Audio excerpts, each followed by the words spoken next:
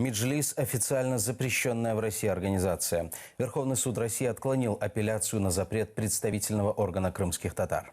Оккупационные власти Крыма ссылаются на закон о противодействии экстремистской деятельности. В частности, гособвинение заявило, что действия Меджлиса направлены на нарушение территориальной целостности России, угрожают безопасности общества и государства. Российский прокурор заявил, Меджлис организовывал массовые беспорядки в Крыму.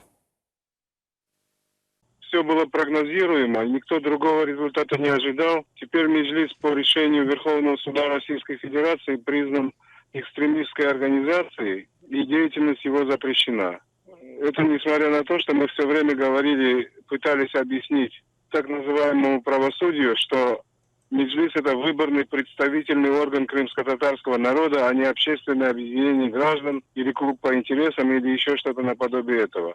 Лично моя позиция такая, что решение Верховного суда Российской Федерации на территорию Крыма не распространяется. Потому что Крым это по всем международным правилам является территорией Украины. И Россия должна привести в соответствие свои границы в соответствии с границами 91 года. Поэтому Меджлис существовал, но я думаю, что из целесообразности, конечно, какую-то активность придется немножко сократить.